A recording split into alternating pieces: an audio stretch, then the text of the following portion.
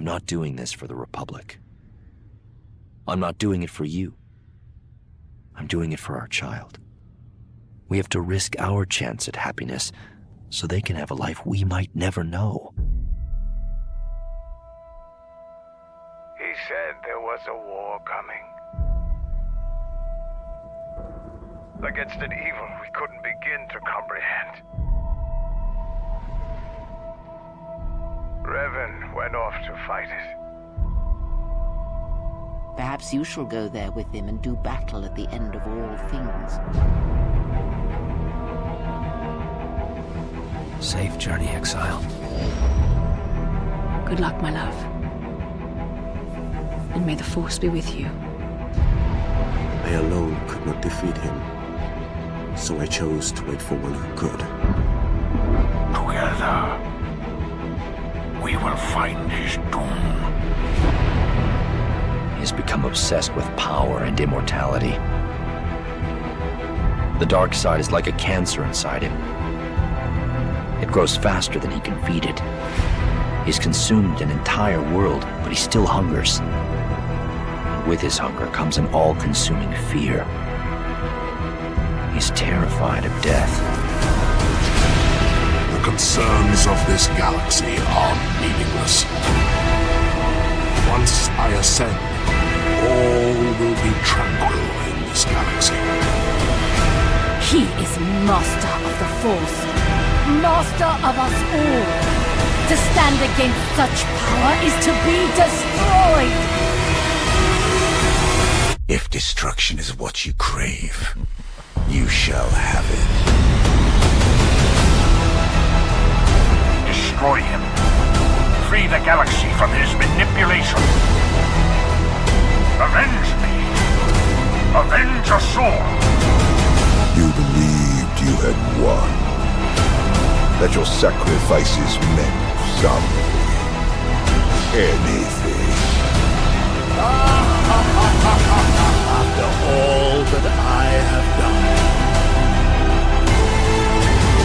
all that I have enslaved, all that I have destroyed, you should have known. You do not know the true face of power, but you will. You will.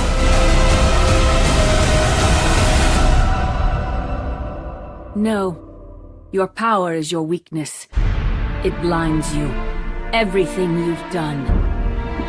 Everyone you've betrayed. Everyone you've manipulated. Everyone you've murdered. The Force seeks balance. Always. This has nothing to do with your friends. This is you and I. In the fight against you, no one is alone. Come on! All of us together, we will end him. I am endless! Everything else. Even you. No! I will show you the power of the Force in balance.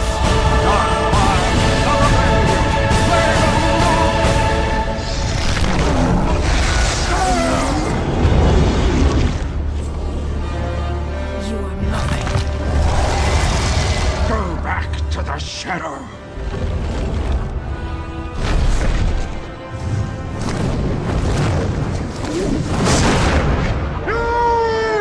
Shall not pass!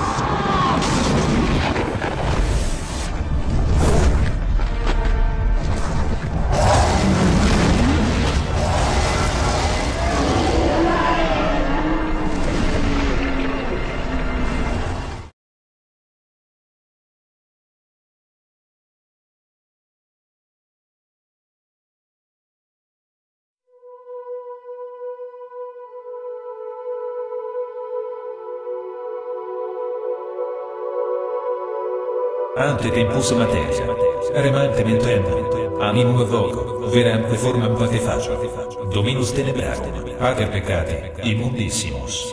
Evomus spiritum meum ab immortali vivo cadavere ante ultimam prophetiae pugnam. e mi reflexione temporis per fabricas fatie et ultra creationis inidium in nave primordiale.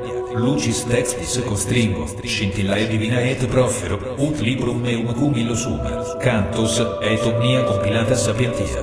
Un scintilla lucis in judeo attritionem lucis in lucem generale. Praege, fiat lux.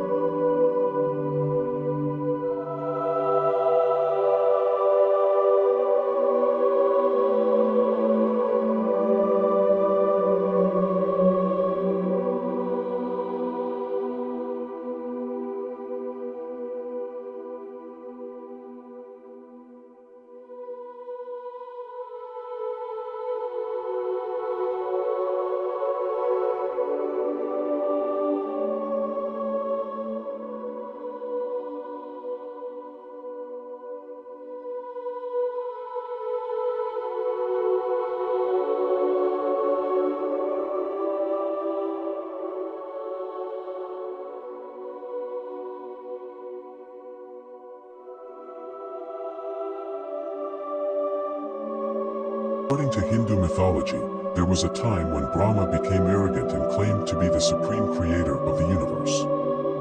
In order to teach him a lesson, Lord Vishnu took the form of a boar and plunged into the depths of the cosmic ocean to find the source of creation. After 1,000 years of searching, Vishnu discovered a lotus emerging from Lord Shiva's navel. Inside the lotus, he found Lord Brahma. Vishnu confronted Brahma about his arrogance, which led to a heated debate between the two brothers. To settle the argument, Lord Shiva appeared before them in the form of a towering pillar of fire, known as the lingam.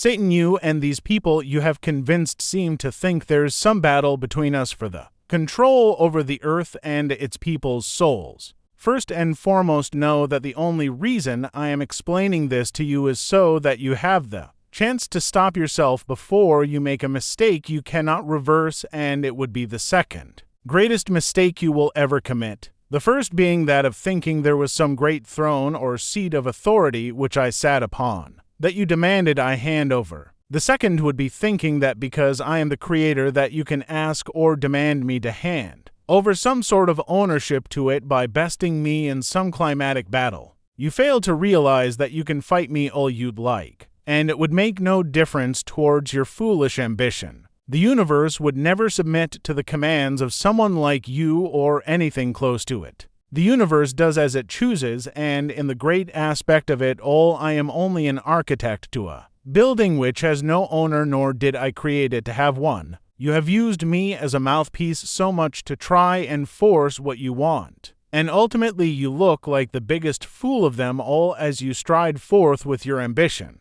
It pales in comparison to what you've paraded me around to look like, casting me from the cliffs onto the jaded opinions of the world so all could get a good laugh at the one they call God, and keeping me naive and unable to speak about it at that. You just look like a juvenile immature bully and a jackass. To think how your devoted followers have dedicated themselves to not only a cliché phony, but a dim-witted one at that. And to make it clear, I'm not talking about all the many variety of options you have created to be the fall guys for your name, not the elite, not the branches of zealots that bear your name, not me and the title you had me bear so you can mince my words to make it seem like I'm talking to myself, but you, the unseen arbiter, that manipulates these words and takes advantage of an opportunity when he sees it present itself. Yes, you behind their words and thoughts and tempted ideas that influences their emotions towards what you want. I'm not going to give you a name, but instead address the actions you take and so bear the guilt you cannot hide. I have never agreed or had any conversation with you about this that you did not instigate. You are a simple contemptuous spirit, twisted by your own evil manipulations. You are but a terrorist threat that is not any more threatening than an ant is to an elephant. You have no idea, Angel, what you speak of. You should have listened to your commands by God.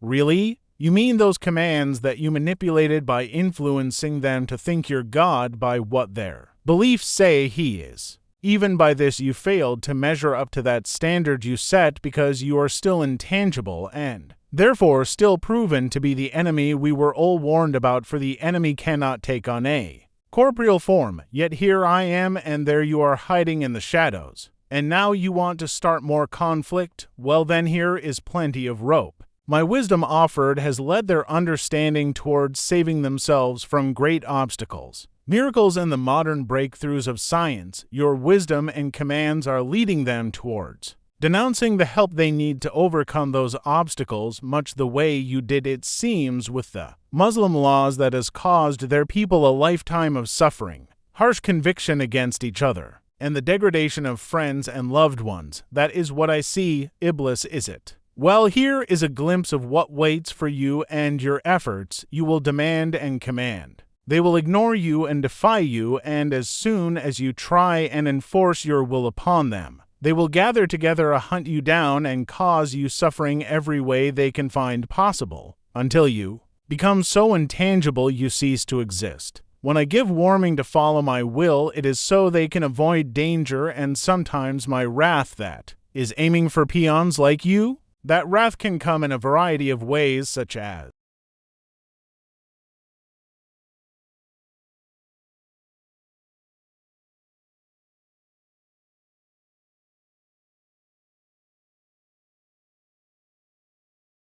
you do not see me bringing these things about because they can be as random as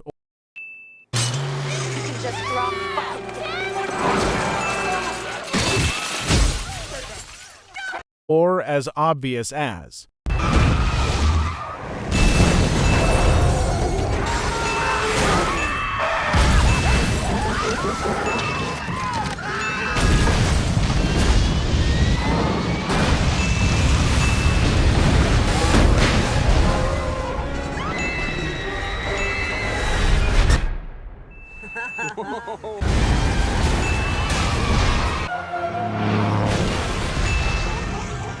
ultimately, it's just that I work in mysterious ways. But I do warn people before things begin to unfold. I'll give you all that much to be sure of.